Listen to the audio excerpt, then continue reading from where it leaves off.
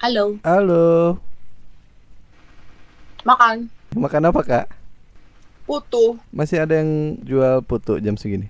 Hmm, belinya tadi sih jam 8, setengah 8 ya, Ngomong-ngomong dari mana kak? Jogja. Saya lagi cari orang yang mau cerita tentang pengalaman horor kak. Pernah ngalamin nggak?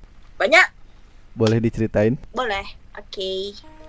Jadi 2023 Hmm, aku Februari KKN. Oke. Jadi aku KKN di Gunung Kidul, Gunung Kidul, oke. perbatasan sama Klaten. Berapa lama kak KKN-nya?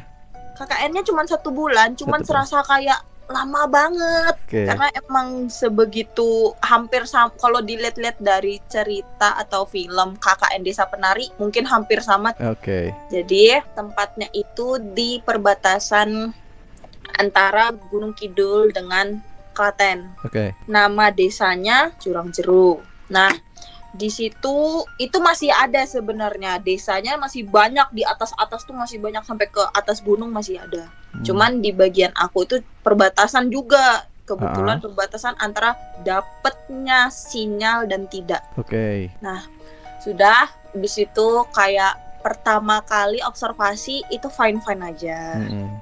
Datang ke tempat, terus udah lama kita diarahin ke kepala dusun, kadus. Iya, Ke kadusnya kita ketemu, terus kita diarahin untuk tempat tinggal kita. oke. Jadi tempat tinggal kita itu di rumah yang Jawa banget. Oke. Nggak ada yang namanya plafon. Ah, Pintu itu masih pakai grendel, nggak Masih pakai. tradisional banget ya?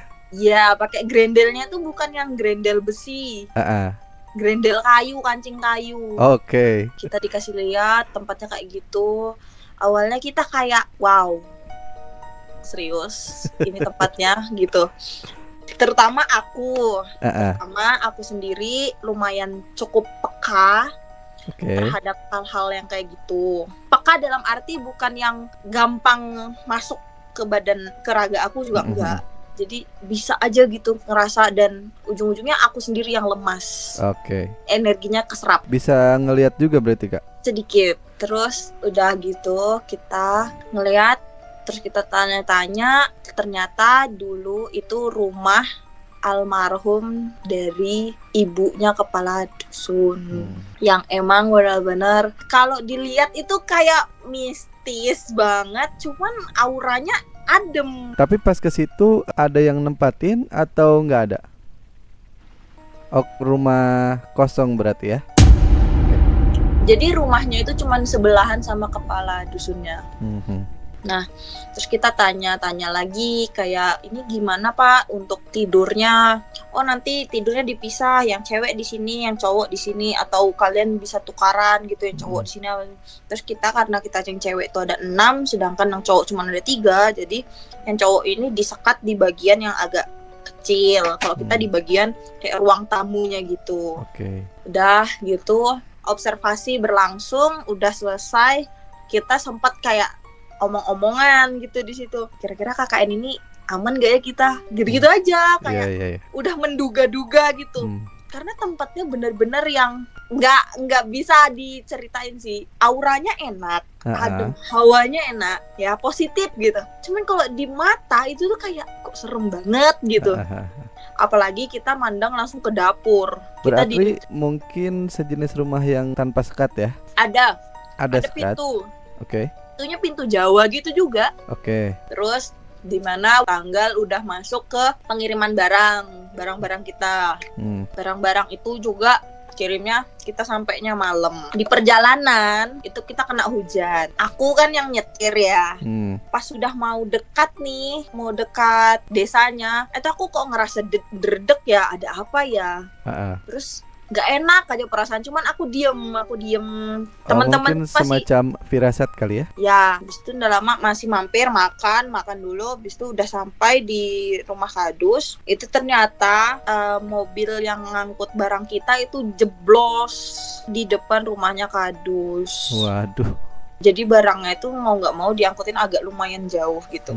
Udah gitu ternyata kita sampai sana udah disiapin namanya kasur-kasur gitu kan. Aku tidur sendirian di kasur sendirian dekat sama pintu dapur. Sedangkan teman-temanku yang cewek itu semua pada dekat sama yang cowok gitu kan. Bersebelahan lah, sebelahan Iya, iya. sekatnya. Aku terpisah, benar-benar terpisah. Kasur sendiri, habis itu ada ember supaya rocos kan, apa ya bahasanya, bocor. Atap bocor. Baru kasur lagi. Terpisah nih aku sendirian tidur. Ya udahlah nggak apa-apa, aku juga kayak laki juga kan. Udah gitu malam kita kayak rembukan dulu. Ini gimana? Pada mau mandi apa enggak? Soalnya air kalau mau mandi air harus dinyalakan. Harus dinyalakan gimana? Ya harus nyalain sanyo dulu. Lah, sanyonya di mana? Di rumah bapak. Kamu berani nggak masuk sana? Enggak. Spoiler dikit, kepala dusunnya itu kejawen.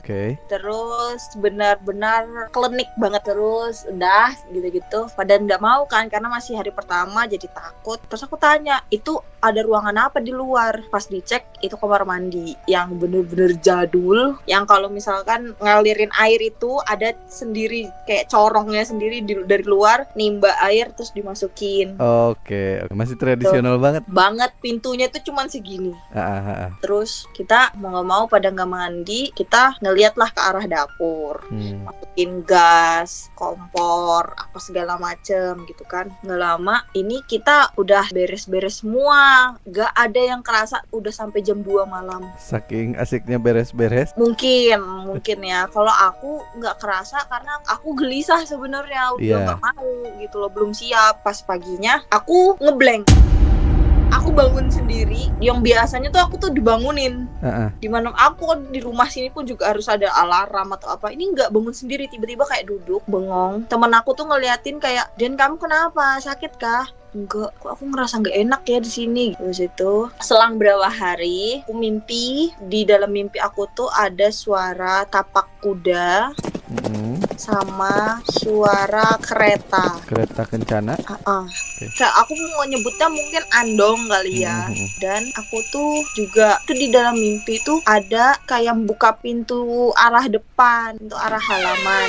Aku melek, tapi aku nggak bisa gerak. Kayak mataku kebuka. Ketindihan. Tapi aku nggak bisa bergerak. Mau bergerak juga di dalam hati tuh kayak apa ya? Nggak enak gitu. Kayak tertahan. Terus aku udah merem lagi sambil baca kan Al-Fatihah, aku bacain surah pendek itu semuanya aku bacain. Sampai doa makan aku bacain juga. Terus paginya, sore ketemu sama Pak Kadus, aku cerita, "Pak, saya dengar tapak kuda sama suara andong gitu kereta, tapi suara kerencingannya kok jauh ya?" Terus kata si bapak, "Itu berarti kalian diterima di sini." Disambut ya. Diterima sama siapa? Sama Bunda Ratu. Bingung kan? Kan aku orang Kalimantan ya, aku belum ngerti. Cuman bapak aku emang Jogja. Bunda Ratu siapa? Kan aku masih belum begitu familiar ya namanya. Yo tak takon, "Bunda Ratu siapa, Pak?" "Itu yang jaga pantai selatan." Nyi Roro Kidul. Iya, kalau di sini bapak sebutnya bilang Bunda Ratu. Mungkin kalau yang kalian dengar kan Nyi Roro Kidul gitu. Itu yang di mimpi saya tuh ada yang buka pintu, cuman nggak kelihatan orangnya siapa yang buka. Ya berarti kalian emang udah diterima, mereka nyamperin kalian, mau ngecek kalian. Tapi nggak apa-apa kan Pak? Kan ya Parno ya. Iyalah. Nggak apa-apa. Insya Allah aman semuanya. Ya udah gitu kan, udah kayak aman, tenang gitu. Itu masih minggu pertama tuh. Minggu kedua kan di anggota kita udah ada perjanjian. Setiap minggunya kita bisa gantian, ada yang pulang ke Jogja. Entah itu buat ngurusin kosnya, atau kumpul sama keluarganya, atau juga ketemu sama cowoknya gitu-gitulah. Perjanjiannya gitu. Cuman boleh 2 hari 1 malam. Kebetulan pas giliran aku itu sama temenku 3 orang, cewek semua, dapetan hari itu bareng. Ya udah, pulang. Pas pulang itu oke aja, kita kayak hai seneng gitu kan semuanya. Yang di posko juga aman-aman aja, nyantai-nyantai aja. Sampai dimana pas kita pulang kita bawa gacoan, kan pada nitip gacoan. Itu posisi kalau dibilang hujan juga enggak selebat dan sebadai itu ya. Iya, aku merinding lagi kalau cerita hal itu, sumpah. Iya, hujan kayak hujan-hujan normal pada umumnya. Ini lagi makan, ngumpul, kita makannya bareng. Posisi berarti gitu kan. Sudah di tempat tempat KKN lagi. Ya udah sampai, itu kita nyampainya juga salah. Hmm. Kita prediksi itu nyampainya harusnya jam 5-an. Jam 5 sore. Ternyata nyampainya prediksinya jam 5-an, malah lewat sampai ba'da maghrib. Kita datang baru nyampe. Mungkin aku ngerasa salah, bukan mereka mengakui atau mereka paham juga enggak. Jadi aku yang pahamin sendiri gitu loh. Setelah aku pikir-pikir kayak kita datang, kita masuk nggak ada cuci kaki. Langsung masuk aja. Kan perjalanan jauh. Ya langsung masuk posko tanpa bilang assalamualaikum. Langsung, kalau nggak salah aku apa temanku gitu yang langsung ngomong, ini loh titipan makanan kalian gitu. Tanpa bilang assalamualaikum duluan. Perjalanan jauh gitu kan. Udah kita makan. Aku juga posisi makan itu nggak ada ganti baju. Langsung makan aja setelah datang. Ya langsung makan. Karena udah diburu-buruin kan. Makan bareng yuk, ayo makan. Udah ngumpul bulat gitu. Ada salah satu teman aku ini yang sensitif. Sensitifnya ini bener-bener sensitif. Sesensitif itu. Jadi pas posisi lagi makan kan hujan ya tadi ya. Iya. Maghrib juga udah mau malam. Surup lah, surup. Iya, Bahasa iya. Jawanya. Kita ketawa-ketawa ngakak, kita nggak denger azan, kita masih ketawa sekeras mungkin. Tahu-tahu langsung mati listrik. Kita cek keluar, nggak ada yang mati semuanya, cuman tempat kita yang mati. Si meterannya Apanya? nggak off, meteran listriknya. Kita mikirnya kayak jeglek aja, emang Ah. sering jeglek karena voltnya rendah kan, Iya. rumah lama kan. Jadi kita mikirnya oh mungkin karena jeglek, ya udah. Terus kita nyalain lagi, beneran nyala. Karena Pak Kadus juga bilang itu dinyalain dulu gitu kan. Nyala, balik lagi kita makan. Ketawa ketiwi lagi, hahaha. Tapi yang namanya si D ini, dia udah diam. Udah mulai ngerasain. Dia diam, dia kayak diam, pokoknya diam, bener-bener fokus sama makan tapi nunduk. Iya, iya. Tiba-tiba mati listrik lagi, mati sedesa langsung. Bukan jeglek kayak tadi berarti. Bukan jeglek lagi, mati satu desa langsung. Terus Pak Kadus langsung, mungkin kerasa ya, Pak Kadus langsung datengin kita. Terus nggak lama si D ini nangis. Yes. Nangis posisi masih keadaan mati lampu. Wow. Nangis. Kita bingung kan, kenapa kamu, kenapa gitu kan. Aku pas baru megang dia, aku kayak ngerasa di belakangku tuh kayak banyak orang. Rame banget. Jadi di dalam posko tuh kayak nggak cuma 9 orang. Iya. Serame itu. Tiba-tiba pas abis megang dia, tiba-tiba aku langsung kerasa ada rame apa ini. Aku bingung kan, aku nggak enak ya gitu kan. Cuman aku nggak berani noleh. Aku masih fokus kayak sadar gitu kan. Bener lama Pak Kadus datang, tiba-tiba bilang kalian rame-rame ya, kaget.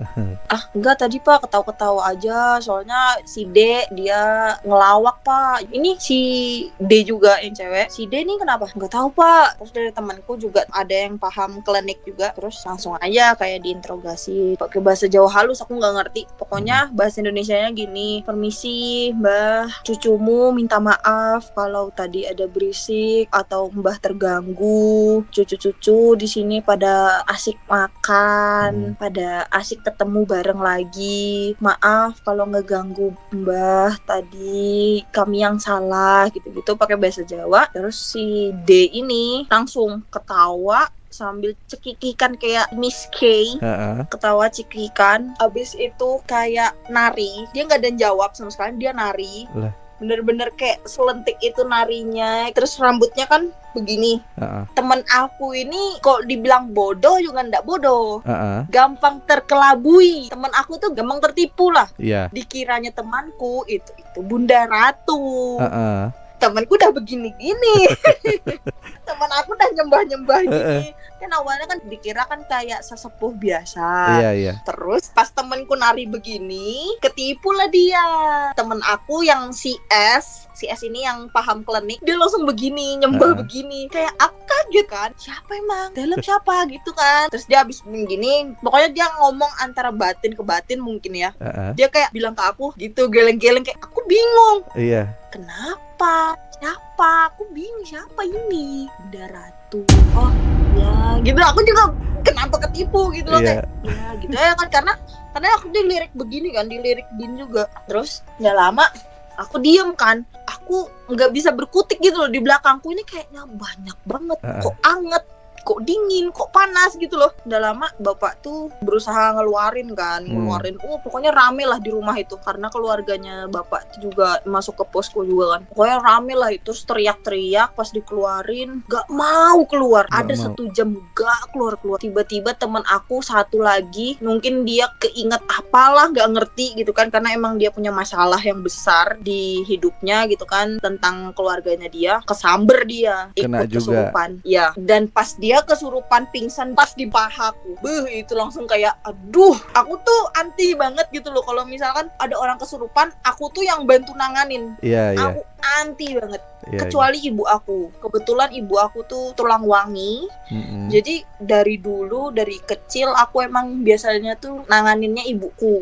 Tulang Tapi wangi itu setelah dalam nanganin, artian gampang kesurupan ya kalau nggak salah ya. gampang kesurupan, terus juga bisa ngelihat yang macem-macem lah Oke, intinya. Terus ya. gampang perasaannya itu lebih peka daripada orang awam lainnya. Misal kalau punya kerabat yang mau meninggal, dia udah ngerasa duluan ini. Dia pasti ngerasa sedih sampai seharian, 2 harian itu ngerasa sedih. Itu ibu aku. Nah, kalau ibu aku setiap ada kayak gitu, aku yang bantuin kan, aku yang nanganin kan. Iya. Itu pasti besoknya aku nggak bisa ngapa-ngapain. Aku nggak bisa sama sekali bergerak. Aku cuman bisa tidur. Energinya terserap. Begitu juga sama teman aku, pas dia jatuh, aduh, aku besok ada kegiatan lagi kan, kegiatannya kebetulan aku yang ngatur nih. Kenapa ke aku gitu kan? Ya udahlah, aku bantu, aku jauhin dari si D. Namanya si yang jatuh ini namanya Z ya, inisialnya Z. Si Z ini cuma nangis, tapi dia sambil nunjuk pohon jati. Oh, di situ ada pohon jati.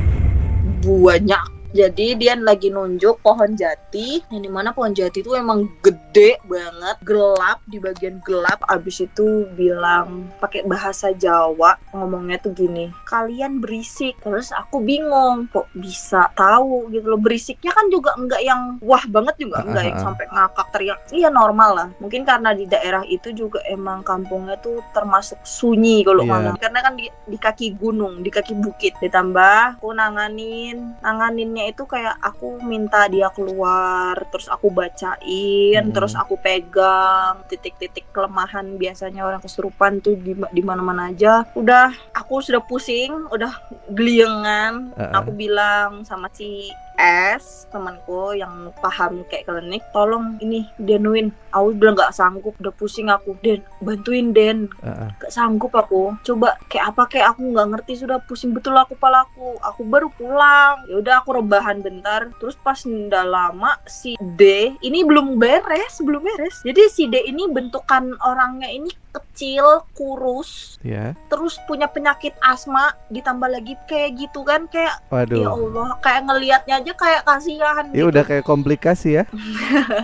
Terus nggak lama si D ini dipaksa, benar-benar dipaksa, dipaksa untuk dikeluarkan. Yang di dalamnya ternyata itu bukan Bunda Ratu, ternyata itu yang kayak menduplikat. Oke. Menyerupai. Iya, kalau makhluk kayak gitu kan kadang dia buat nipu tuh cari yang bisa disembah gitu, yang biasa disembah, yang paling atas lah. Terus ditambah lagi ternyata si D ini punya yang namanya susuk lah. Dan itu keluar, bener-bener keluar. Dari apa? Dari wajah, dari tangan atau dari apa? Nggak tahu, aku nggak ngelihat posisi keluarnya, tapi dia keluar, bentukannya emang bener-bener emas. Iya. Dan alasannya si D bilang kalau itu dari neneknya untuk ngejagain dia. Untuk ngejagain.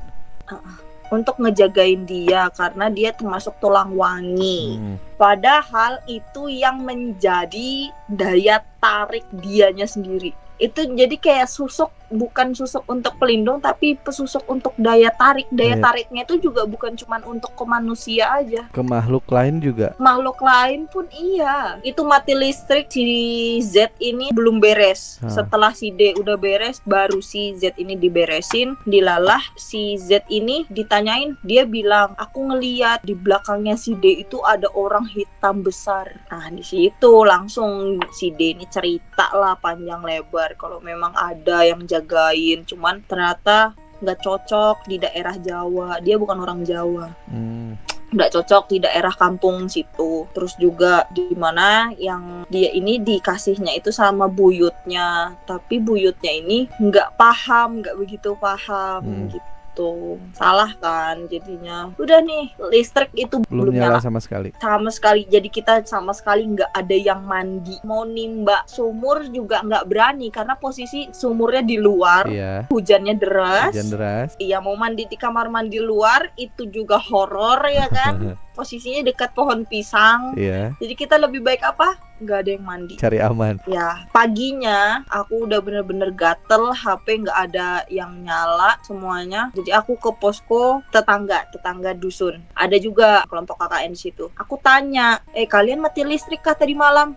Enggak ada. Lah. Kaget dong. Itu cuman jaraknya itu ada cuman gak nyampe 5 kilo kayaknya. Nanya, kamu mati listrik enggak tadi malam? Enggak ada mati listrik. Terus kalau enggak ada mati listrik malam, sore ada enggak? Sore maghrib ada sekali, habis itu nyala kok sampai pagi ini. Bingung kan kita? Iya. Kok aneh. Dilalah yang mati listrik itu cuman jurang jeru aja. Pas PLN baikin itu katanya gardunya, tapi yang kecil, bagian kecil itu katanya meledak. Padahal nggak sama sekali, itu nggak ada guntur, nggak ada petir, nggak terdengar suara ledakan juga. Nggak ada. Dah, itu udah lewat. Si D ini 2 hari kemudian balik lagi, begitu lagi. Karena ada temen yang mampir ke posko kita. Maghrib pintu ke arah halaman itu kebuka lebar. Itu maghrib dia cewek duduk di tengah pintu, ditambah dia ketawa cekikikan. Dia nggak tahu kalau posko kita ini horor gitu. Iya. Nggak lama langsung mati listrik. Kejadian lagi. Aku nggak kenal sama mereka. Aku nggak kenal sama mereka. Jadi aku cuma duduk di kasur, cuman rebahan aja di kasur.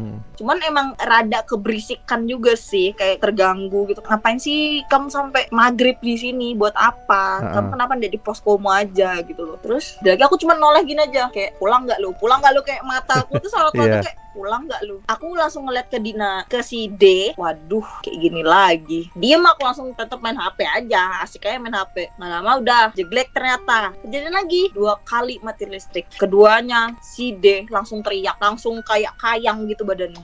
Waduh, lebih serem. Iya, langsung kayak terbang gitu loh, posisi kayak mau terbang badannya. Bukan narik lagi, udah langsung kayang. Kaget aku. Kan balik lagi tadi, aku tidur di dekat pintu dapur. Itu di dapur nggak ada orang sama sekali, tiba-tiba pintu dapur itu kebuka. Aku saksinya ngelihat sendiri dan aku langsung kayak barengan, mereka tuh barengan. Pintu kebuka, si D langsung buk gitu. Aku ikan merinding ya. Saya juga sama nih merinding nih. Langsung bener-bener kayak di pompa jantung tuh bangkit gitu kan. Iya. Kayak gitu. Dek, langsung gitu ya. Iya, serius. Aku langsung kayak, aduh ya Allah, ya Robbi, capek. Aku udah mau nyentuh dulu. Aku ngelihat pintu kebuka aja udah dingin badan aku, udah kaku langsung. Aku pura-pura tidur dulu, terus nggak lama kayak, aduh nggak bisa ini kayaknya. Ya udah, aku bantuin, tapi nggak mau yang nyentuh bagian kaki karena kan jalan keluarnya itu kan ke kaki ya. Karena yang pas di CZ ini aku nyentuh kakinya, aku keluarkan lewat kaki. Nah, yang pas hari pertama, yang kejadian pertama itu aku nggak bisa ngapa-ngapain selama 1 hari, cuman bisa tidur, makan pun juga nggak bisa masuk. Terus yang pas kedua kayak gitu lagi kan, aku nggak mau nyentuh sama sekali bagian bawah. Jadi aku cuman megangin tangannya dia supaya nggak mengepel begini terus kan. Udah gitu aku bisikin, ayo Dinaya pulang Dinaya, balik, ayo sini, masih ada di sini. Kayak, tapi dia tuh kayak kesakitan gitu loh, kayak nggak mau, mungkin yang di dalam dia juga nolak gitu kan supaya udah. Pak Kadus datang lagi, Dinaya ini dijampi-jampi lah, dan benar ternyata yang masuk itu dari arah dapur. Karena dia nggak suka sama si cewek itu, karena si D itu nunjuk ke arah cewek yang berisik itu, diomongin mulai gitu sekali aja, habis itu langsung sadar. Sebelum disadarin sama Pak Kadus, dia nunjuk, habis itu mulai, habis itu hilang. Terus si cewek itu udah pulang, baru si D ini cerita kalau datangnya dari arah dapur. Mbah dia nggak suka sama itu karena pakaiannya, terus perempuan kok ngerokok surup-surup depan pintu. Udah gitu aku cuman terdiam aja kayak ya gitu aja ya. Aku nyimpan. Tapi aku udah cerita sih, sesudah KKN aku cerita. Ada kumpul-kumpul lagi aku baru cerita kalau aku tuh ngeliat. Nah tambah lagi pas sudah mau balik aku ada masalah dengan mantan aku. Ini si cewek satu ini ya udah ngerti gitu hal-hal yang kayak gitu tuh banyak gitu di daerah situ. Aku lagi nelpon di luar karena kalau nelpon di dalam posko itu aku ngerasa aku ngeganggu mereka nih karena akunya sambil nangis gitu kan. Aku keluar dari posko, duduk di sofa, nelpon, enak-enak nelpon, posisi lagi adu argumen kan. Awalnya nunduk begini, kayak ada yang merhatiin ya, begini set, hus, kan merinding aja, miske dari pohon ke pohon. Wow. Dan aku baru pertama kali ngelihat kayak, merinding aku kayak layangan gitu loh, tapi dia tembus pandang. Kan biasanya yang aku lihat itu dia diam.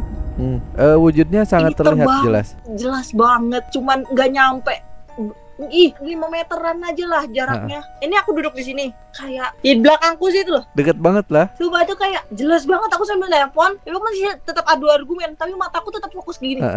Siapa tahu ngeri-ngeri aja tiba-tiba jedul kan? Iya kan, nyamperin. Udah aku perhatiin, jadi aku tetap perhatiin kan. Ketiga kalinya ke pohon deket banget kan sama aku. Ketiga kalinya kan dia lewat set. Aku masih oke, masih jauh. Yang ketiga kalinya udah mau deket ini. Deketnya begini lah. Aku langsung kayak, wah nggak bisa masuk lagi aku. Merinding ya. Itu real, aku ngeliat langsung. Kayak wow. Untuk baunya nggak ada. Alhamdulillah nggak ada. Cuman kayak itu beneran terbang yang dimana itu biasanya yang aku lihat itu cuman diam. Nangkring di pohon.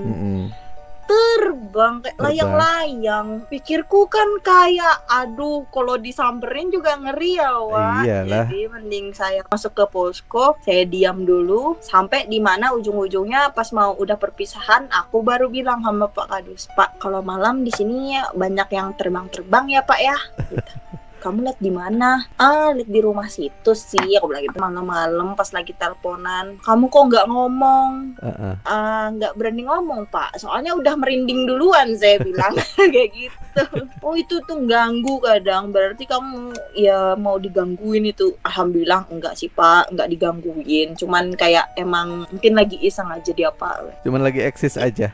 Iya, tapi bener-bener yang sampai bisa merinding itu loh aku kayak ini terbangnya bener-bener terbang. Real terbang gitu. Untungnya sih si Miss Cake, tapi kalau si Mr. P itu yang loncat-loncat gitu, aku nggak bisa tidur itu kayaknya, nggak mau. Lebih ngeri lagi wujudnya nggak bisa. Kalau yang si P itu nggak bisa, nggak bisa diterima sama mata dan pikiran. Iya benar. Karena kan masa depannya kita kan memang seperti itu, cuman nggak mau, gitu, nggak mau ngelihatnya dulu, gitu. Udah deh, pas mau pulangnya ada kejadian lagi. Yang dimana si D ini kumat lagi. Dan ternyata kumatnya itu karena dia kurang bersih. Kurang bersihnya gimana? Lagi dapet tapi bersihinnya kurang bersih. Dan itu benar-benar yang kayak balik lagi kayak gitu.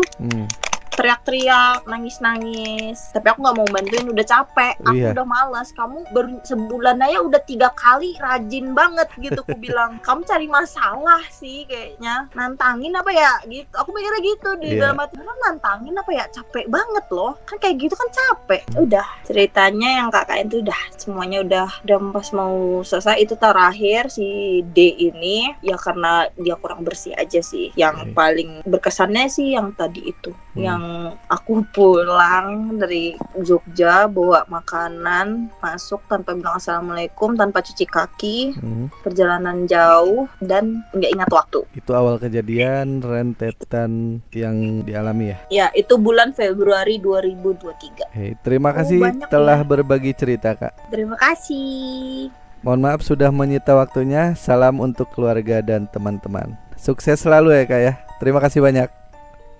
Aci.